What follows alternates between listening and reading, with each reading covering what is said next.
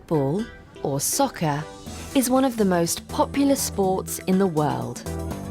It's played by millions of young people around the world every day. At the professional level, it's an international game. Talented young players often leave their home countries to train at the youth academies of famous football clubs around the world.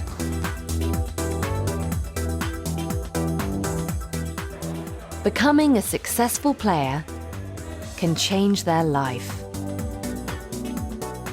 One of the world's best footballers, Leo Messi, is Argentinian, but he has been playing for FC Barcelona in Spain for many years.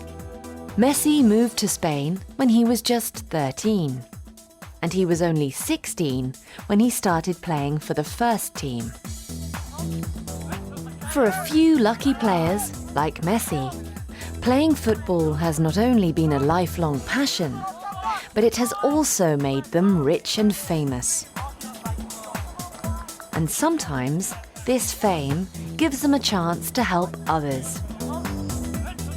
Messi now works as a goodwill ambassador for UNICEF, helping children around the world. But even if it doesn't make you a star, football can make a dramatic difference to people's lives.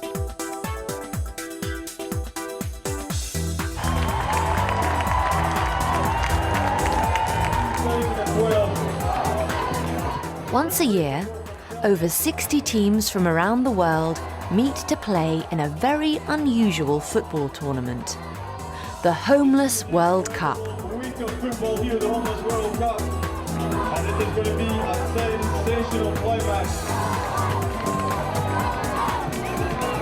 The referee today is Harry Whelan. Uno, due, tre,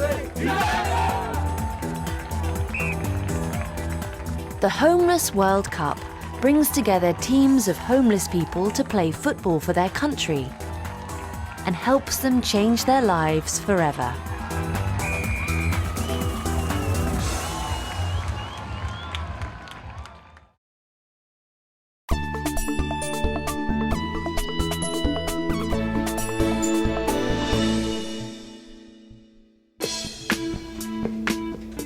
Mel Young is the co-founder and president of the Homeless World Cup. Mel started his career in journalism, but since 1993, he has been working on projects helping the homeless. Today, he works at the global organisation's offices at a football stadium in Scotland. He explains how the tournament started. The idea of the Homeless World Cup came in a conference that we were having in 2001 in Cape Town. I was talking with a colleague of mine, Harold Schmidt from Austria, about how we could include more homeless people. Mel and Harold thought of things that brought people together across the world.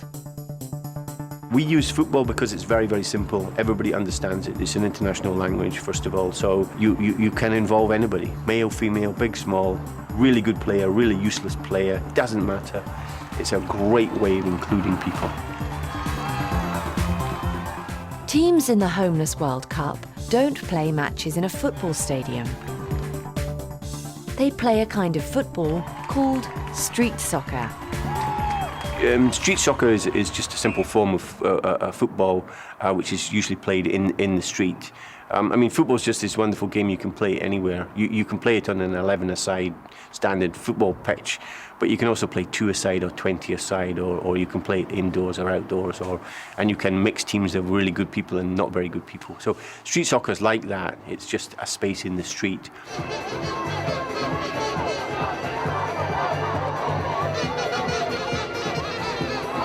a long ball forward into the corner, picked up again by Mexico. The teams play on a small court. There are 8 players in each team, but only 4 play at the same time. The games only last for 14 minutes. In the World Cup tournament, the teams play about 3 games a day.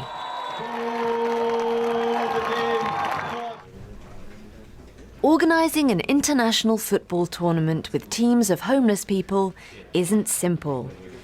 It takes a lot of work, and it's a challenge for Mel's team in Scotland and their partners working around the world. As well as organising the tournament, they have to raise money and get passports and tickets for all the players. So it's all year round work that we're doing to make sure that they come to the event. But the hard work is worth it. The tournament has grown every year, and now there are around 50,000 homeless people from 70 countries training for a place in their national team. The organisation has many famous supporters, and you can even watch the matches on television.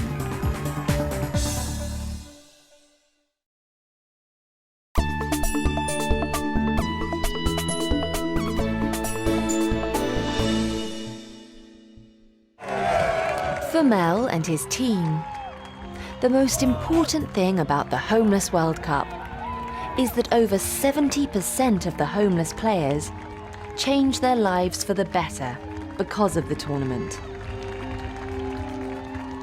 The coach of the Kenyan team agrees. I can tell you that 95% of all the players who took part has changed their life for better. Because of Homeless World Cup, that they are where they are now. They say, no, this is not my life. I was not meant to be on the street. I must get out of it, go back home, and start a new life. You're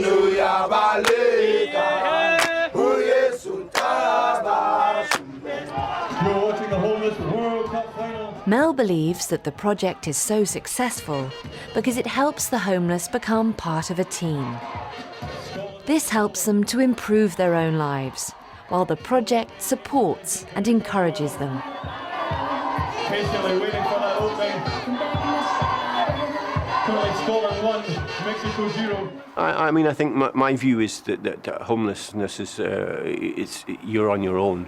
And football is this great way in which you can be included. So we get people from that position and say, do you want to play football? And then the training sessions build. So you create a kind of, if you like, a family, which is the team. Number 7. And the results for people like David Duke can be amazing. I was living in a homeless project in Glasgow, and I took part in the Homeless World Cup, which was held in Gothenburg in 2004.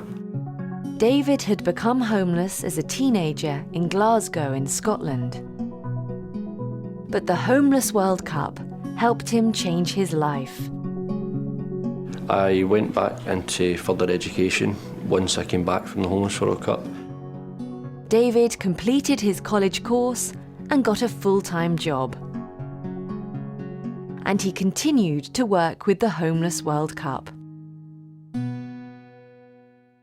My participation in the Homeless World Cup has led to me being a player, an assistant coach, a coach, manager, project manager, and I'm now a global ambassador for Homeless World Cup. Today, David runs Street Soccer, an organisation helping other homeless people in Scotland get involved with football. David is a wonderful example of the success of a project that believes a ball can change the world.